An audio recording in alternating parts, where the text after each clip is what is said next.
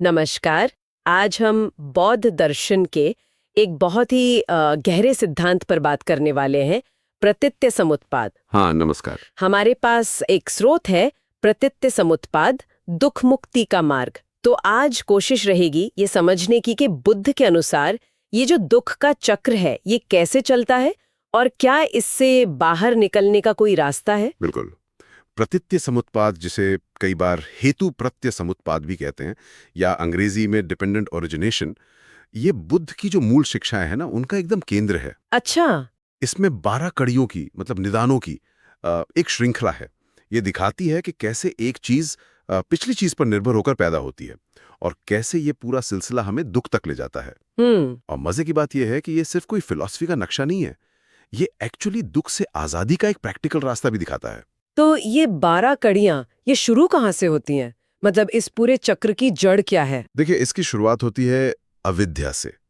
अविद्या यानी अज्ञान। अज्ञान मतलब जानकारी ना होना? नहीं, सिर्फ जानकारी की कमी नहीं, ये है यथार्थ को, असलियत को न समझ पाना। खासकर जो जीवन के 4 आर्य सत्य कहे गए हैं। दुख है, दुख का कारण है, दुख का निवारण है और निवारण का मार्ग है। इनको गहराई से न जानना, स्रोत इसी को सारी प्रॉब्लम की जड़ मानता है। ओके, तो इस अज्ञान, इस अविद्या से फिर क्या होता है? ये आगे कैसे बढ़ता है? इस अविद्या के कारण पैदा होते हैं संखार। संखार यानी हमारे मानसिक संस्कार, हमारी आदतें, हमारी वो इच्छाएं या कर्म जो इसी अज्ञान से निकलते हैं। अच्छा, जैसे हमारी कंडीशनिंग्स। हाँ, बिल्कुल। हमारी वो गहरी आदतें, सोचने के तरीके, इन्हें आप कर्म का बीज समझ सकते हैं। यही संस्कार फिर विज्ञान को जन्म देते हैं। विज्ञान मतलब कॉन्शियसनेस। हाँ, चेतना का प्रवाह, वो चेतना जो एक जन्म से दूसरे जन्म तक चलती रहती है, ऐसा माना जाता है। ठीक है, चेतना के बाद क्या आता है? चेतना के आधार पर बनता है नाम रूप। नाम यानी मन के तत्व, जैसे हमारी भावनाएं, हमारे विचार, हमारी परसेप्शन। और रूप यानी हमारा शरीर, भौतिक तत्व। अच्छा, मन और शरीर। हाँ, ये वो अवस्था है जहां मैं और मेरा शरीर या मेरा मन वाला भाव भरने लगता है। और इसी नाम रूप से विकसित होते हैं षडायतन। षडायतन ये क्या है? हमारी 6 इंद्रियां, आंख, कान, नाक, जीभ, त्वचा और छठा है मन। ये वो दरवाजे हैं जिनसे हम बाहरी दुनिया से जुड़ते हैं। और जब ये इंद्रियां बाहरी दुनिया के संपर्क में आती हैं, तभी अनुभव शुरू होता है ना? एग्जैक्टली। इंद्रियों का अपने विषयों से, जैसे आंख का रूप से, कान का आवाज से स्पर्श होता है, कॉन्टैक्ट जिसे कहते हैं। और इस संपर्क से फौरन पैदा होती है वेदना। वेदना यानी फीलिंग या सेंसेशन, सुख का एहसास, दुख का एहसास, या फिर ना सुख ना दुख वाला तटस्थ एहसास। यहीं से चक्र को असली मोड़ मिलता है। अच्छा, तो वेदना यानी ये एहसास, ये फीलिंग ही टर्निंग पॉइंट है, क्योंकि हम सब सुखद एहसास चाहते हैं और दुखद से भागते हैं। बिल्कुल सही पकड़ा आपने। यहीं से बात बहुत गहरी हो जाती है। वेदना से जन्म लेती है तृष्णा। तृष्णा यानी क्रेविंग। इच्छा। हाँ, तीव्र इच्छा। क्रेविंग, सुखद अनुभव को किसी भी तरह पकड़े रखने की इच्छा, और दुखद अनुभव से किसी भी तरह दूर भागने की प्रबल चाहत।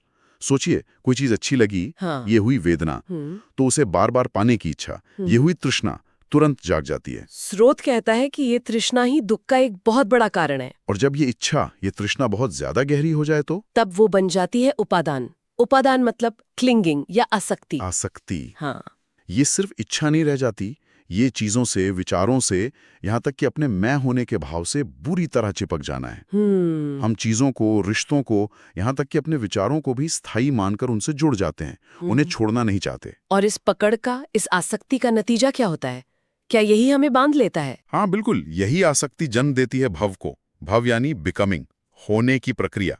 ये भविष्य में एक नए अस्तित्व की, एक नए जन्म की ऊर्जा या संभावना तैयार करती है, हमारे कर्मों का फल बनने लगता है। अच्छा। और इसी भव के कारण होती है जाति, यानी नया जन्म। और जन्म के साथ तो फिर? हाँ, जन्म का अनिवार्य नतीजा है जरा मरण, बुढ़ापा और मृत्यु। और स्रोत के अनुसार इनके साथ आने वाले शोक, रोना पीटना, दुख, उदासी, निराशा, ये सब। बाप रे। तो इस तरह अविद्या से शुरू होकर ये पूरा पहिया बिना रुके जरा मरण तक चलता ही रहता है। यही है संसार का चक्र, दुख का चक्र। तो मतलब सार ये हुआ कि दुख कोई अचानक से टपकने वाली चीज नहीं है, बल्कि वो इस पूरी चेन रिएक्शन का, इस निर्भरता का नतीजा है। एकदम सही। प्रतीत्य समुत्पाद यही दिखाता है कि हर स्टेज पिछली स्टेज पर निर्भर है। कोई भी चीज अपने आप में अकेली नहीं है, सब कुछ जुड़ा हुआ है, जैसे डोमिनोज एक के बाद एक गिरते हैं। और सबसे महत्वपूर्ण बात यह है, स्रोत ये साफ करता है कि अगर हम इस चेन को समझ लें तो इसे तोड़ने का रास्ता भी इसी में छिपा है। अच्छा, वो कैसे? अगर मूल कारण यानी अविद्या, वो जो अज्ञान था शुरुआत में, हाँ, अगर उसे हटा दिया जाए, उसे मिटा दिया जाए, हाँ, तो फिर आगे की कड़ियां अपने आप कमजोर होकर टूट जाती हैं। अविद्या नहीं होगी तो संखार नहीं बनेंगे, संखार नहीं होंगे तो विज्ञान नहीं बनेगा, और ऐसे करते करते पूरी चेन रुक जाती है, दुख का अंत हो जाता है। वाह, तो ये सिर्फ एक थियरी नहीं है, ये समझने की शक्ति है कि हमारे अनुभव कैसे बनते हैं और हम अपने रिएक्शंस को कैसे बदल सकते हैं। ये तो सच में बहुत गहरा विश्लेषण है। मतलब ये सिर्फ प्रॉब्लम नहीं बता रहा, ये सॉल्यूशन की तरफ भी इशारा कर रहा है। हाँ बिल्कुल। और देखिए, ये एक बहुत अहम सवाल भी छोड़ जाता है हमारे लिए कि अगर अविद्या यानी अज्ञान इस पूरे चक्कर की जड़ है, तो क्या इसे सिर्फ इंटेलेक्चुअली समझ लेना, मतलब दिमागी तौर पर जान लेना काफी है? या फिर वास्तविक विद्या, असली ज्ञान का उदय हमारी रोजमर्रा की जिंदगी में सजग रहने से, अभ्यास करने से होता है? क्या सिर्फ जानना मुक्ति है, या जानकर उसे जीना, उसे अनुभव करना जरूरी है? इस पर सोचा जा सकता है। बिल्कुल, ये वाकई सोचने वाली बात है।